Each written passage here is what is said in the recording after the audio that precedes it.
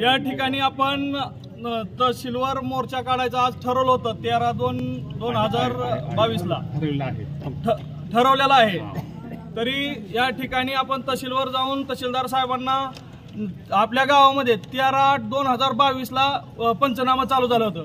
बार्शी तालुक्यात सर्वात अगोदर उपळाई ठोंगे या गावामध्ये पंचनामा झालं होतं, परंतु आम्हाला अद्यापर्यंत निधी मिळाला नाही। उपळाई ठोंगे मंडळामध्ये जवळजवळ 21 गाव आहेत, खांडवी मंडळामध्ये जवळजवळ 21 गाव आहेत, तर प्रत्येक गावाला निधी मिळाला आहे, परंतु उपळाई ठोंगे गावाला अद्यापर्यंत निधी मिळाला नाही।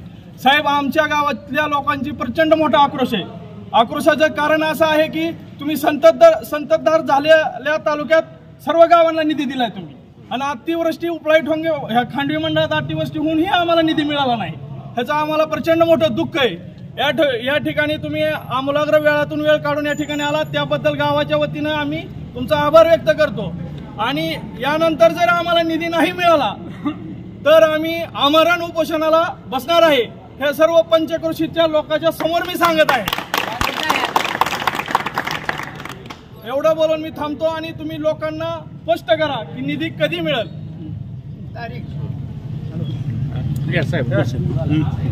ग्रामपंचायत कार्यालय उपळाई ठोंगे यांच्या मार्फत सरपंच महोदय, उपसरपंच महोदय आणि सर्व ग्रामस्थ यांचं अतिवृष्टीचा निधी तात्काळ मिळण्याबाबतचं निवेदन आज रोजी मला या उपळाई ठोंगे गावामध्ये प्राप्त झालेलं आहे।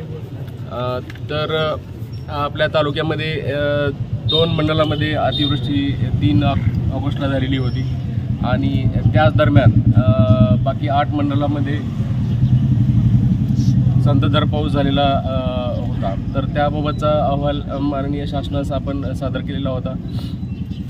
माननीय शासनाकडून आपल्याला जो साधारणतः 24 कोटी रुपये निधी आपल्या 2 बार्शी आणि खांडवी मंडळाला प्राप्त झालेला होता, परंतु तो निधी थोडासा कमी पडलेला आहे आणि बाकी संततधार पावसाचा 63 कोटी निधी प्राप्त झालेला आहे। आणि संततधार पावसामध्ये पण आपण जवळपास 63 कोटी वाटप करून तिथं पण थोडासा निधी शिल्लक आहे आणि आपल्याला अतिवृष्टीमध्ये पण थोडासा 1 कोटीच्या आसपास निधी शिल्लक आहे।